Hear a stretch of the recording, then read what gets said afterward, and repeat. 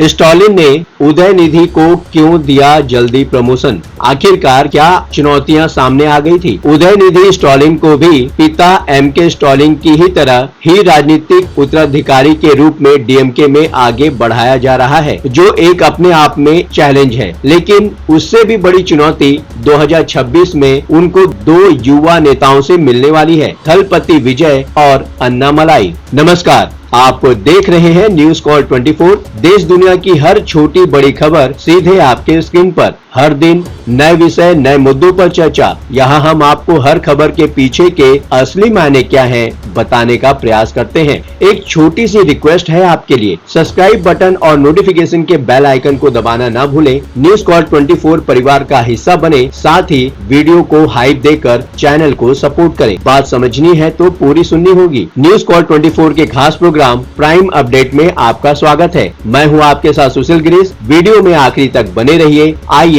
बढ़ते हैं खबरों की तरफ। उदयनिधि स्टालिन को तो तमिलनाडु का डिप्टी सीएम बनना ही था, बल्कि बहुत पहले ही बन जाना था। लेकिन एक के बाद एक कुछ ऐसी घटनाएं होती रही और उनको थोड़ा इंतजार करना पड़ा। हालांकि ये इंतजार उदयनिधि को अपने पिता की तरह नहीं करना पड़ा। देखा जाए तो वो 4 साल में कहां से कहां पहुंच गए और डीएमके के फिर से सत्ता में आने पर उनको अगले मुख्यमंत्री के रूप में भी देखा जा रहा है। डीएमके के भीतर एक धड़ा जो उदयनिधि के समर्थकों का है, वो तो बिल्कुल ऐसा ही सोचता है। उदयनिधि स्टालिन की तमिलनाडु में वैसी ही भूमिका रही है जो महाविकास अघाड़ी की सरकार में आदित्य ठाकरे की मानी जाती है। सरकार और संगठन दोनों पर कंट्रोल बनाए रखने की कोशिश। दोनों नेताओं में कॉमन बात ये रही है कि अपने अपने राज्यों में दोनों ही तीसरी पीढ़ी के खानदानी नेता हैं। फर्क बस ये है कि उदयनिधि स्टालिन पार्टी में आदित्य ठाकरे के मुकाबले ज्यादा लोकप्रिय और बाहर उससे भी ज्यादा विवादित रहे हैं, खास तौर से सनातन धर्म पर अपने विचार को लेकर। सत्ता से बाहर होने के बावजूद आदित्य ठाकरे तो महाराष्ट्र विधानसभा चुनाव में जी जान से जुटे ही हैं। तमिलनाडु में उदयनिधि के सामने यही चुनौती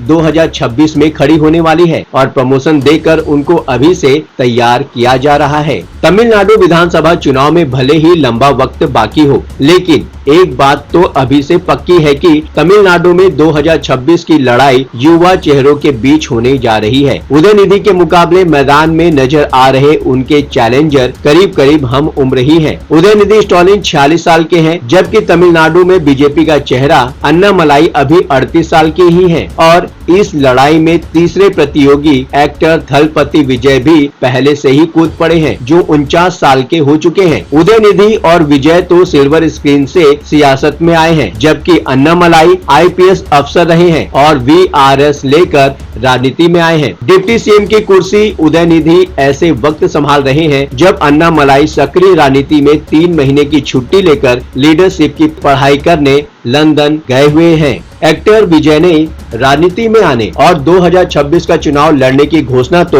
लोकसभा चुनाव से पहले ही कर दी थी। 17 सितंबर को द्रविड़ आंदोलन के दिग्गज पेरियार ईवी रामासामी को श्रद्धांजलि देकर विजय ने भविष्य में अपने राजनीतिक आइडियोलॉजी का भी संकेत दे दिया है। उदयनिधि के सामने कुछ चुनौतियां खड़ी हुई हैं। ज्यादातर क्षेत्रीय पार्टियों में राजनीतिक विरासत के दावेदार कई हो जाते हैं और उत्तराधिकार की लड़ाई बहुत पहले से ही शुरू हो जाती है। डीएमके के संस्थापक एम करुणानिधि के सामने भी ऐसे ही चुनौती थी और जाहिर तौर पर एमके स्टालिन के सामने भी रही है। ऐसी लड़ाइयों में यूपी बिहार में भी राजनीतिक दलों को बर्बाद और आबाद होते हुए देखा गया है। करुणानिधि ने जब एमके स्टालिन को आगे किया तो कनिमोझी और बाकी भाई मन महसूस कर रह गए थे, लेकिन मजबूर थे, कर भी क्या सकते थे। कनिमोझी ने भाई को तो स्वीकार कर लिया था, लेकिन भतीजे को भी उसी रूप में नेता मानना मुश्किल हो रहा होगा। झारखंड में तो ये समस्या खुलकर सामने आ गई थी जब हेमंत सोरेन को नेता के रूप में स्वीकार कर चुके परिवार के लोग कल्पना सोरेन के विरोध में खड़े हो गए थे। डीएमके में फिलहाल ये बंटवारा हो चुका है। उदयनिधि स्टालिन तमिलनाडु में जमे रहेंगे और दिल्ली का काम कनिमोझी बाकी नेताओं के साथ पहले की तरह ही देखती रहेंगी। उदयनिधि स्टालिन काफी समय से डीएमके और सरकार में नंबर 2 के रोल में देखे जा रहे थे और अक्सर महत्वपूर्ण मौकों पर मुख्यमंत्री मंत्री एमके स्टालिन की तरफ से कार्यक्रमों का उद्घाटन भी करते आ रहे थे। पिता पुत्र के आपस में तुलना की जाए तो उदयनिधि का राजनीतिक सफर एमके स्टालिन के मुकाबले काफी आसान नजर आता है। 2009 में जब एमके स्टालिन को तमिलनाडु का डिप्टी सीएम बनाया गया था, तब तक वो 4 बार विधायक और चेन्नई का मेयर भी रह चुके थे और पिता की छत्र छाया में ही सही, लेकिन सक्रिय राजनीति में उनके पास 3 दशकों का लंबा अनुभव भी रहा। उदयनिधि ने तेजी से तरक्की की है। महज 4 साल में वो पहली बार विधायक बनने से लेकर मंत्री और अब डिप्टी सीएम की कुर्सी तक पहुंच चुके हैं। तमिलनाडु में ऐसा दूसरी बार हुआ है जब पिता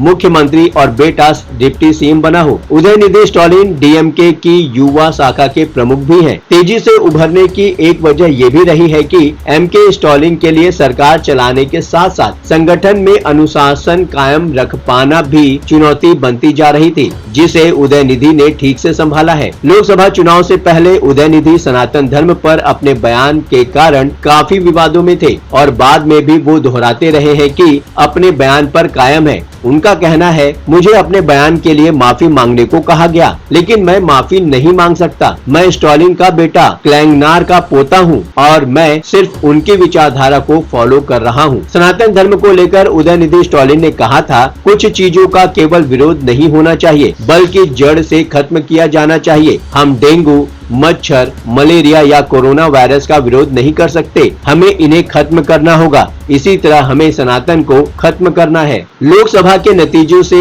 कुछ संकेत मिलते हैं। 2026 के जो 3 संभावित प्लेयर माने जा रहे हैं, सबसे शानदार प्रदर्शन तो उदयनिधि स्टालिन का ही रहा है। उदयनिधि ने तमिलनाडु में इंडिया ब्लॉक को 31 लोकसभा सीटें दिलाई, जिसमें 22 अकेले डीएमके के खाते में आए। थलपति विजय ने तो पहले ही बोल दिया था कि वो अगला विधानसभा चुनाव ही लड़ेंगे, इसलिए अब बचते हैं बीजेपी नेता के अन्नामलाई ने कोयम्बटूर लोकसभा सीट से बतौर बीजेपी उम्मीदवार चुनाव मैदान में थे, लेकिन डीएमके के गणपति राजकुमार पी से 1 लाख से ज्यादा वोटों से हार गए। के अन्नामलाई पर एक तोहमत ये भी डाली गई कि वो लंबे समय तक बीजेपी के साथ रही एआईएडीएमके से रिश्ता तोड़ डाले हैं। खुद भले ही चुनाव हार गए हो, लेकिन अन्नामलाई ने तमिलनाडु की 29 में से 12 सीटों पर बीजेपी को दूसरे स्थान दिलाने में तो वो सफल ही रहे, जहां एआईएडीएमके तीसरे स्थान पर पहुंच गई। 2026 के विधानसभा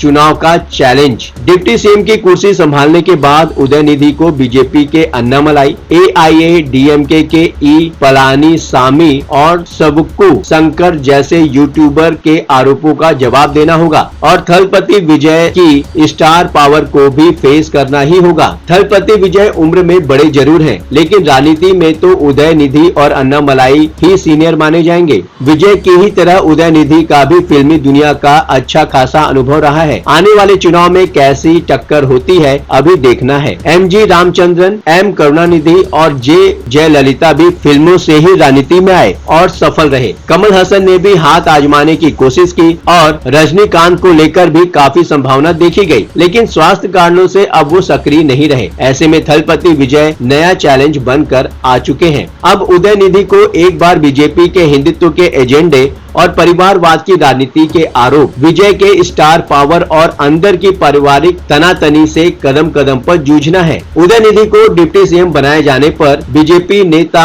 तिमिली साई सुंदर राजन कहती हैं, मैं पूछना चाहती हूं कि ये लोकतंत्र है या वंशवाद। ये गलत उदाहरण है। तमिलनाडु की राजनीति में ये अच्छी बात नहीं है। वैसे ही एआईएडीएमके प्रवक्ता कोवई सत्यन का कहना है, ये लोकतंत्र के नाम पर वंशवाद का शासन है। पिता, पुत्र और पौत्र, डीएमके इसी से बना है। डीएमके का मतलब सिर्फ एक परिवार है, जिसमें करुणानिधि स्टालिन और उदयनिधि स्टालिन हैं। मार्च 2024 में उदयनिधि ऐसे आरोपों को अपने हिसाब से जवाब दे चुके हैं। उदयनिधि का कहना है, हाँ, हम एक परिवार से हैं, हम ऐसे ही पार्टी चलाएंगे क्योंकि पूरा तमिलनाडु ही करुणानिधि का रिश्तेदार है। बीजेपी हमें एक परिवार की पार्टी कहती है। मैं इस बात से सहमत हूँ कि पूरे तमिलनाडु की तरह डीएमके के भी करुणानिधि का परिवार है और डीएमके के एक परिवार की पार्टी है। और चुनाव जीतकर जब वो पार्टी और परिवार सत्ता पर काबिज हो तो राजनीतिक विरोधियों के पास शोर मचाने के अलावा विकल्प क्या है।